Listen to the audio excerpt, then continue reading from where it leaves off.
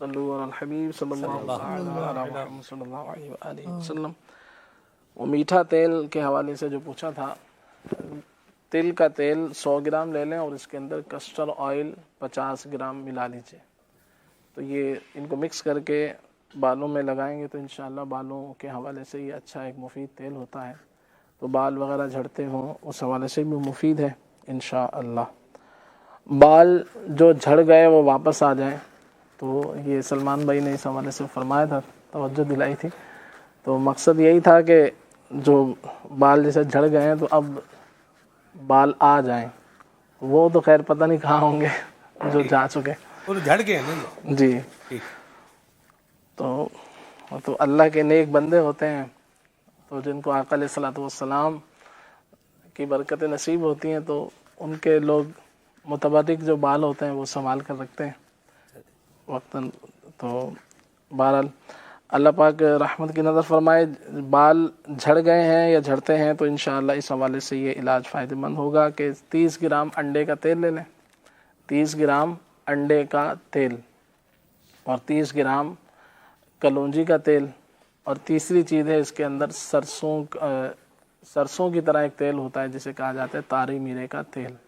تارے میرے کا تیل یہ کڑوا تیل بھی کہلاتا ہے، تو یہ لے لیں 100 گرام اور 30 گرام انڈے کا اور کلونجی کا تیل، ان کو مکس کر لیں اور اس کو بالوں میں لگایا جائے تو انشاءاللہ اچھی طرح سے مساج کیا جائے تو انشاءاللہ جو بال جہاں سے جھڑ جاتے ہیں تو اس جگہ سے بھی انشاءاللہ بال اس سے آنے لگتے ہیں۔ اور باقی آملے کا مربع استعمال کیا جائے، یہ بالوں کے لیے اچھا ہے، وٹامن سی اس میں ہوتا ہے جو بالوں کے لیے مفید ہے، تو صبح و شام ایک ایک آملے کے مربے کا پیس کھا لیا جائے تو یہ اس حوالے سے فائدہ رہے گا۔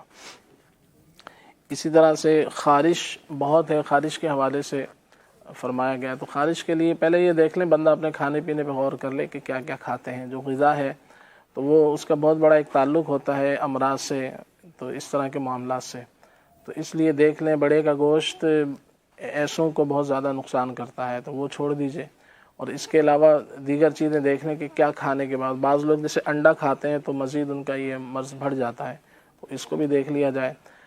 بعض لوگوں کو جیسے اور گرم چیزیں جیسے پائے وغیرہ کھا لیتے ہیں تو اس سے بھی ہوتا ہے، تو پہلے غذا پر غور کر لیں، پانی کم پیتے ہیں تو پانی زیادہ پیا جائے، فروٹ کا استعمال کریں، جیسے آج کل موسمبی کا، کنو کا، مالٹے کا موسم ہے تو یہ بھی خون کو صاف کرتے ہیں، تو یہ فروٹ بھی استعمال کریں تو اس سے بھی فائدہ ہوگا انشاءاللہ عز و جل۔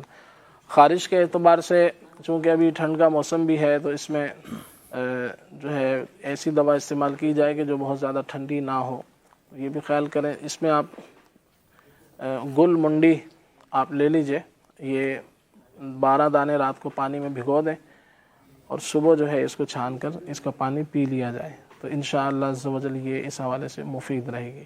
خشکی رہتی ہے تو خشکی کے اعتبار سے مختلف لوشن ہیں، اس کو لگایا جائے، یا بادام کا تیل ہوتا ہے یہ بھی اگر بدن پر لگایا جائے تو انشاءاللہ عز و جل یہ بھی اس حوالے سے فائدہ کرے گا انشاءاللہ عز و جل۔ صلو علی الحبیب صلی اللہ تعالی علی محمد صلی اللہ علیہ وآلہ وسلم۔ ہیپاٹائٹس کے حوالے سے کہا تھا تو اس کا تو باقاعدہ علاج جیسے ہوتا ہے تو وہ باقاعدہ علاج کروا جائے گھر کے اندر، جیسے اپنے طبیب کے مشورے سے۔ میں ایک علاج آپ کو عرض کر دیتا ہوں، چاہیں تو آپ یہ علاج بھی کر سکتے ہیں۔ تو اس میں چند ایک چیزیں ہیں، اللہ کریم ہمارے مریضوں پر نظر رحمت فرمائے۔ تو ہیپاٹائٹس سی ہو، بی ہو، ان دونوں کے حوالے سے بھی انشاءاللہ یہ مفید رہتا ہے، مگر اپنے طبیب کے مشورے سے جو بھی علاج ہو وہ کیا جائے۔ آپ نوٹ فرما لیجئے کیا کیا چیزیں ہیں۔ نمبر 1 چاسکو، نمبر 1 چاسکو، چاکسو بھی کہہ دیتے ہیں، چاسکو بھی کہہ دیتے ہیں، تو یہ آپ نے لینا ہے 12 گرام۔ اسی طرح سے ایک جڑی بوٹی ہے، اس کا نام ہے ریوند چینی، تو یہ بھی 12 گرام لینی ہے۔ ایک اور جڑی بوٹی ہے جسے کہا جاتا ہے ریوند خطائی، یہ بھی آپ نے 12 گرام لینی ہے۔ اور چوتھی چیز ہے بہی دانہ، بہی دانہ یہ 12 گرام یہ بھی آپ نے لینا ہے۔ اسی طرح سے آخری جو جڑی بوٹی ہے 5ویں، جو کھار کہا جاتا ہے، جو کھار، تو یہ آپ نے لینا ہے 6 گرام۔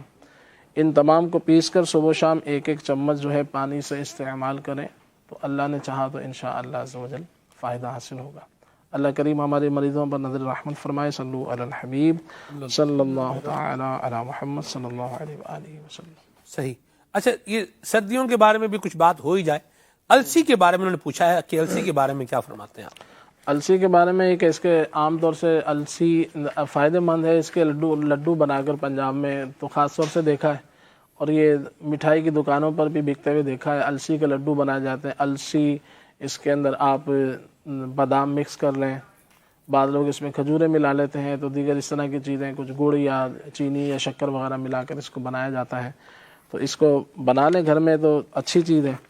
جیسے سردیوں کا موسم ہے, آپ چاہیں تو اس طرح کی چیزیں اگر استعمال کریں گے تو انشاءاللہ عز و جل فائدہ حاصل ہوگا.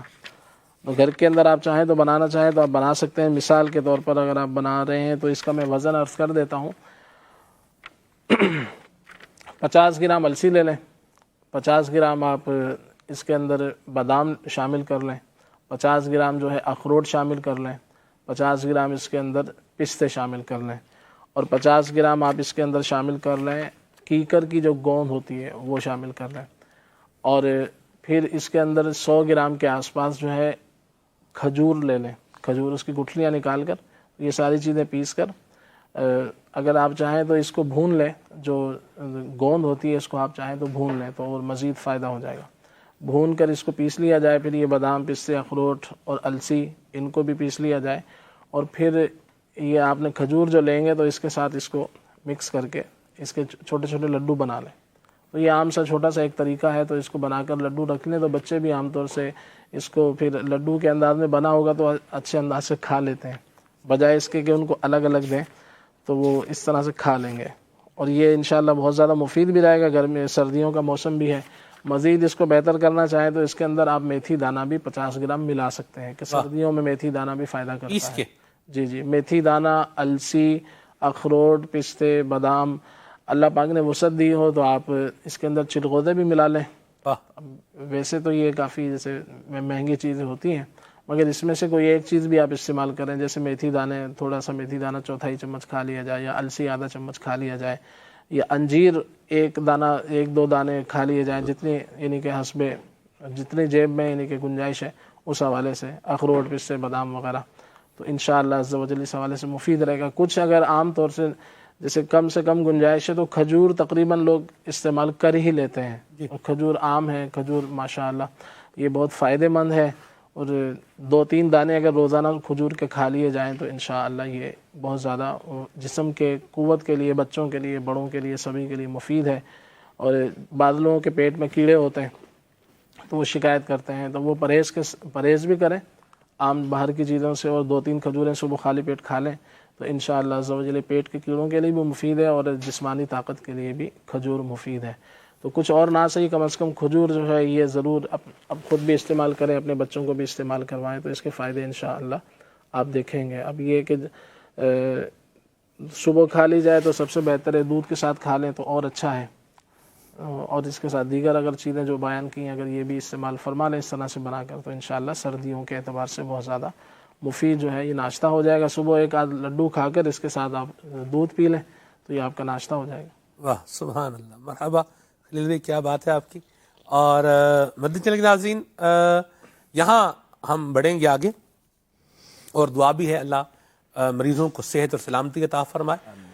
درود تاج سننے کی فرمائش تھی تو آئیے